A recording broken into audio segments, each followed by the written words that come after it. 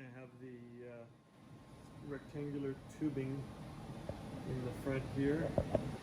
I've marked out the angle on here for the section that goes down below. It's going to meet the frame rail that comes forward. And I've got a couple of 22-inch long pieces here that I'm going to cut the first angle into. So this drops off at a 33-degree angle from this upper section. So I'm going to cut, I've got the top mark there where my angle is going to start here. I'm going to cut a 16.5-degree angle in both of those to get my 33-degree drop. And then I'll put the lower frame rail sections in place. I'm going to put both of these together and tack them first. Got this one here marked. My scribe line here, all the way around. So I'm going to cut this one first, and then mark the other one and get a couple tacks on those and see how they fit. Okay, those are the two front frame rail sections. Kind of roughed out, they're just sitting beside each other for now, just to make sure the angle is good. The cuts fit well. So I'm going to put a bit of a bevel in both sides, and I have a little flat section of metal that I can put these onto. Get a tack weld on the inside here, top and bottom, and the same as the outside. And that's all I'll do for now, just to hold them until they're mocked up in the car.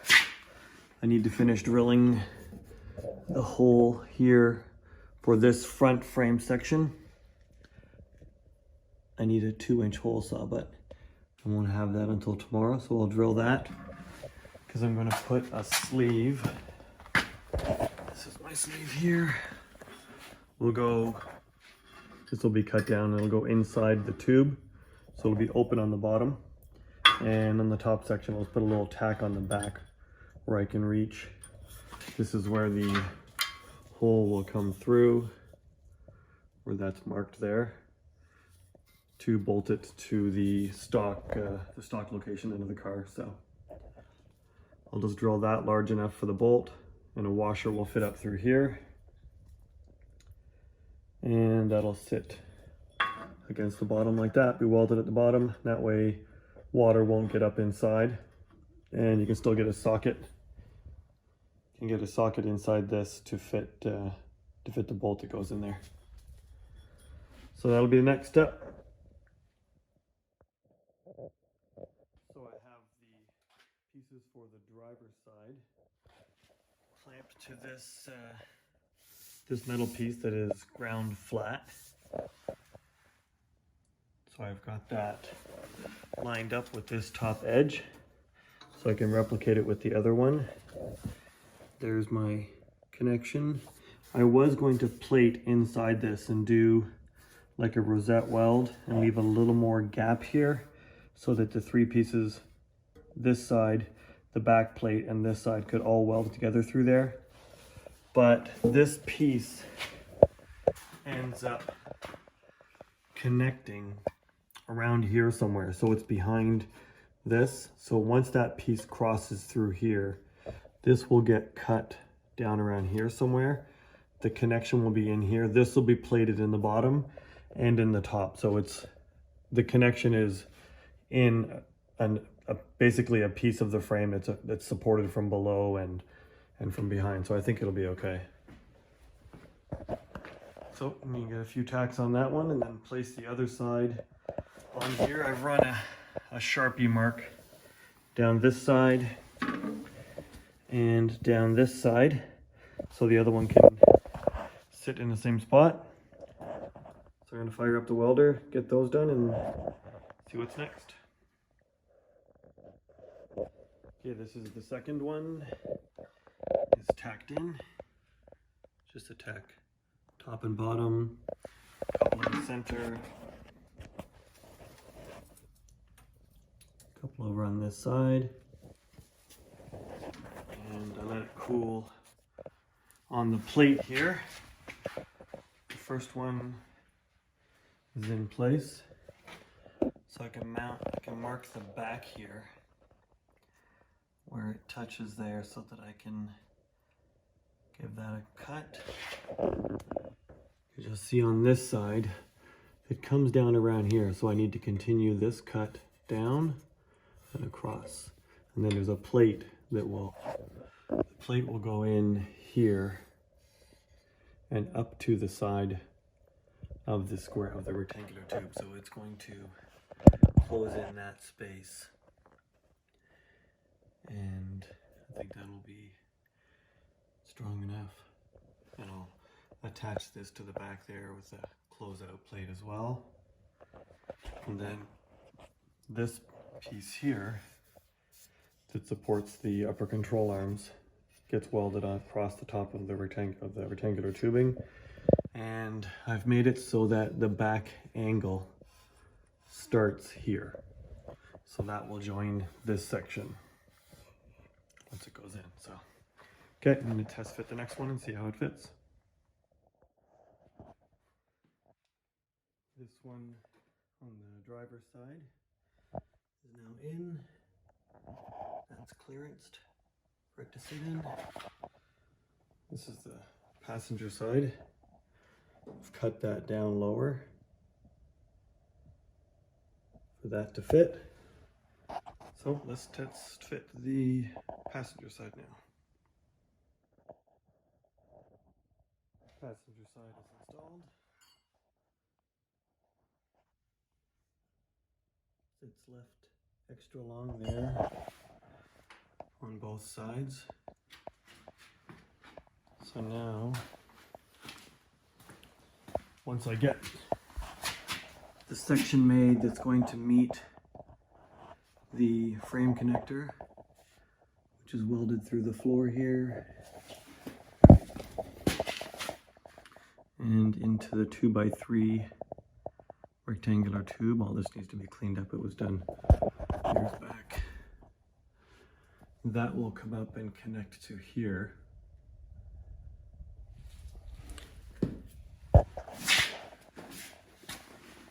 I'll get a line from here where the frame rail is going to come and cut this across here.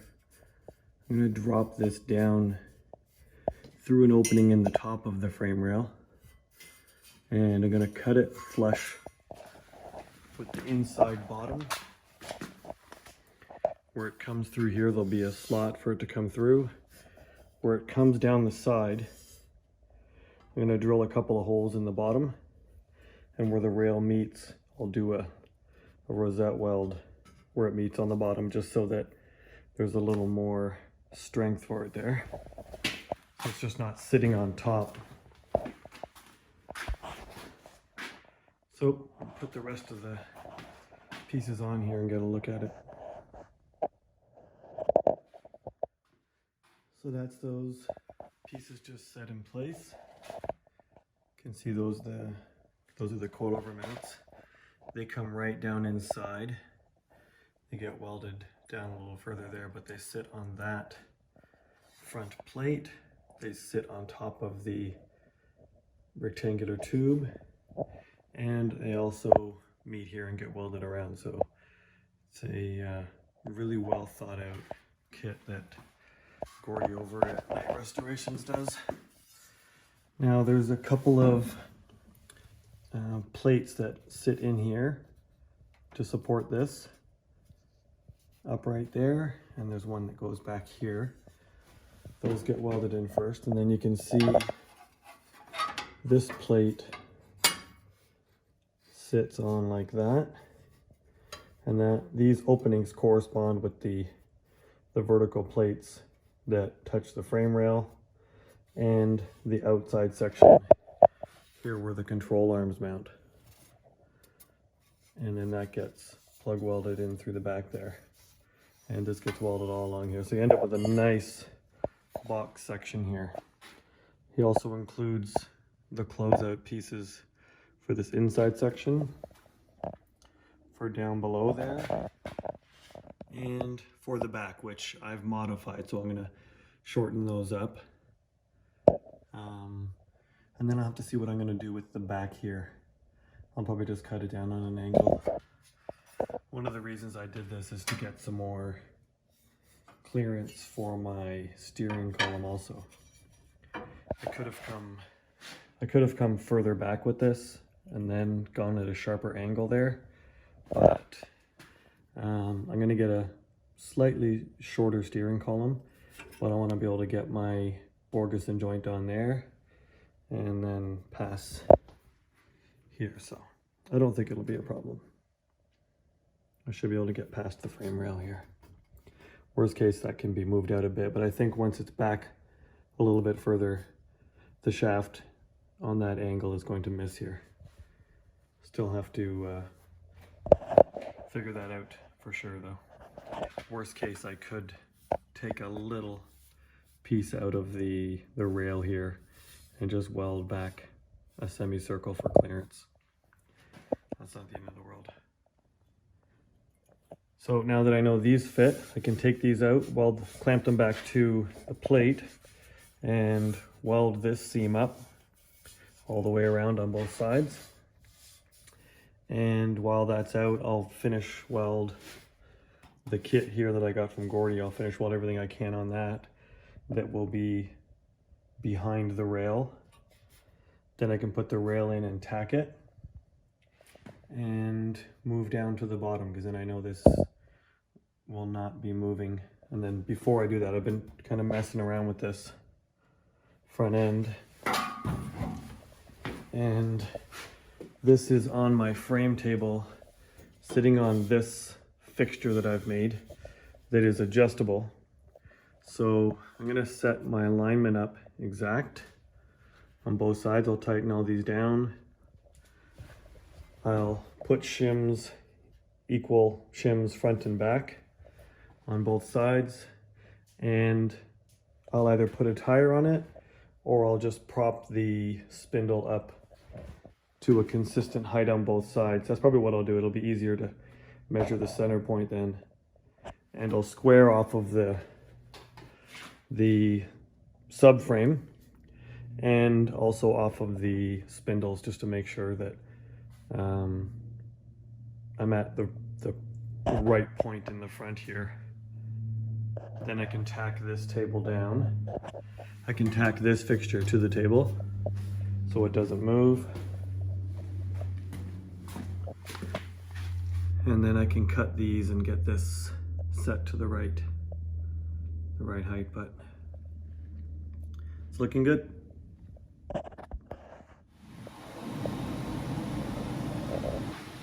Okay, I've got the front frame rails cut, tacked in now, and the bottom sections cut to the right angle. So those are all tacked.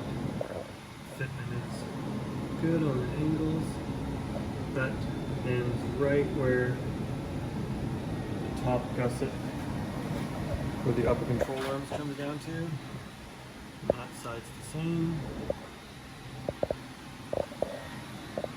So around here, these are the sections that are going to attach to the original rear subframe mounting location for each side.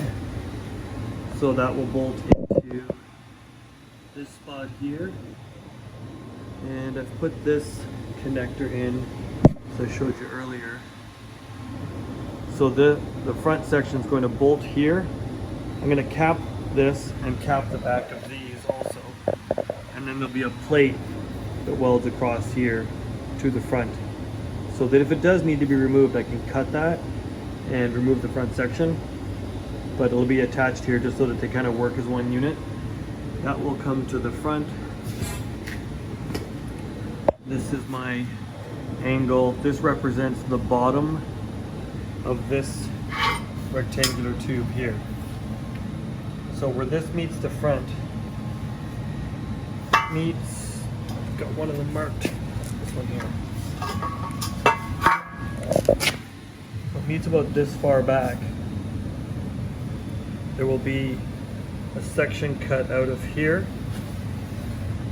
that upper piece will slide down into.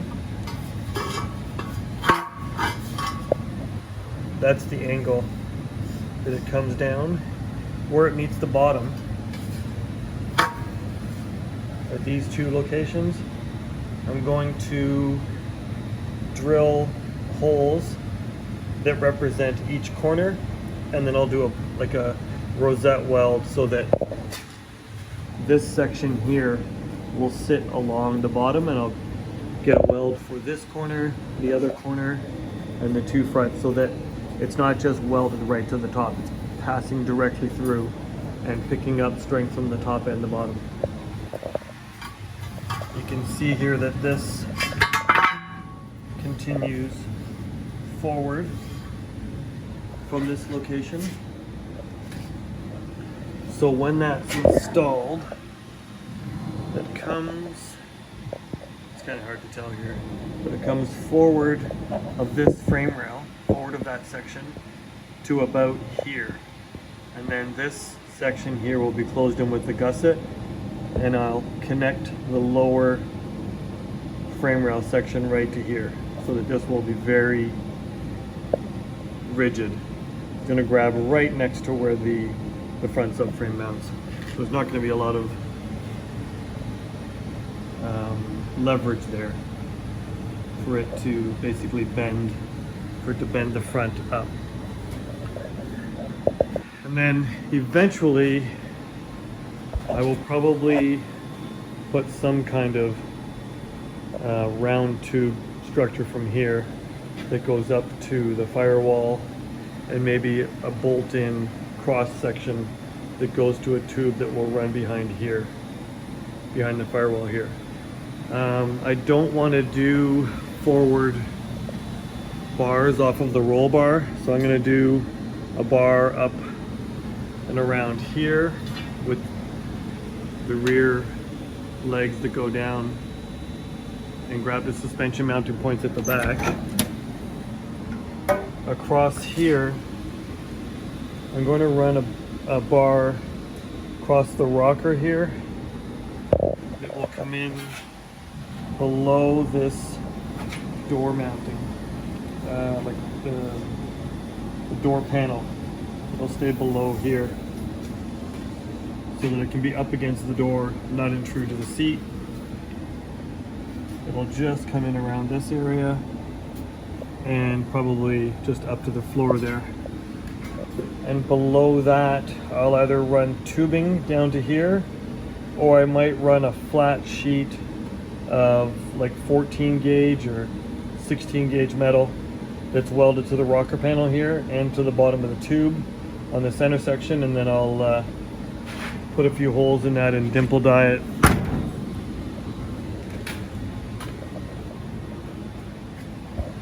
So the next step is to get those lower sections capped on the end, get the tubing put in, and get those mocked up.